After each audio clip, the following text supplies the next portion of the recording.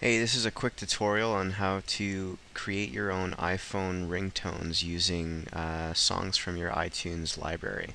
iPhone ringtones are basically 30-second long AAC encoded files. And what we're going to do is we're going to cut one of our songs into a 30-second clip and then turn it into a ringtone.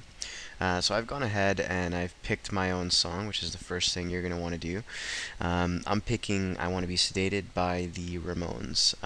So obviously you want to pick a song that's going to sound cool, but you also want to be aware of that 30-second loop thing, and pick a song that you'll be able to cut 30 seconds out of and still have it sound all right. So what we're going to do is if you right click on your song and click on Get Info, in the window that pops up, just go over to the Options tab, and here we're actually going to set the start and stop times for our songs explicitly. Now, with I Want to Be Sedated, it's a pretty straightforward song. I mean, it sounds kind of the same all the way through, so I'm just starting from the beginning and going for 30 seconds. For you, if you pick a different song, you're going to want to listen to it and just kind of make note of the times. And when you find a good 30-second chunk, just plug the times into this window appropriately. Make sure to check the start and stop time boxes and put the right times in. So click OK here. At this point, you might want to play the song just to make sure that the 30-second chunk sounds all right. And once you've done that, what you want to do is right-click on it again and click on Create AAC Version. So once you click on that, iTunes is going to go and start converting.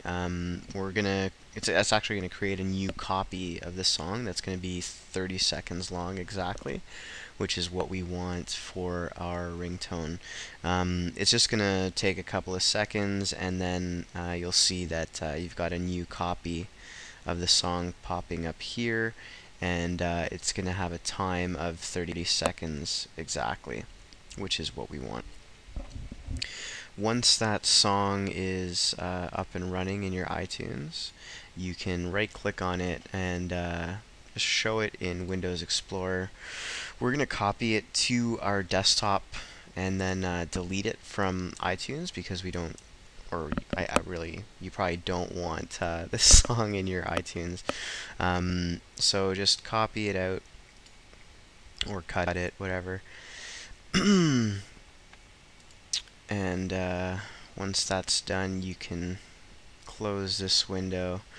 We can actually delete that file now from iTunes. Make sure that you're working with the 30-second new copy and not your original. So just delete it, and then go back to your desktop. And what you want to do now is rename this file. So if you see the extension, it's .m4a. Just delete the A and put an R there. So now it's .m4r, and hit enter. Windows is going to pop up and ask you if you're sure you want to change the extension. Just say yes. And now if you look at this icon, it's changed. It says ring underneath the iTunes logo. So now it's actually a ringtone.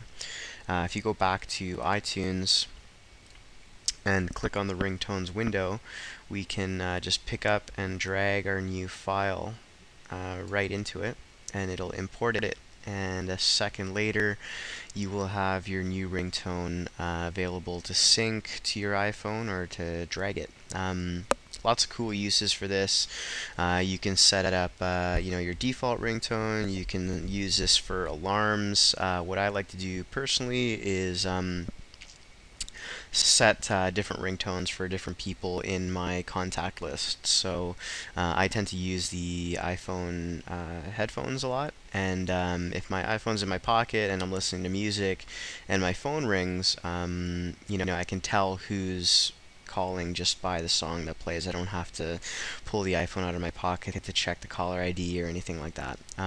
So that's about it, and as you can see, it's pretty straightforward. So have fun creating your own iPhone ringtones.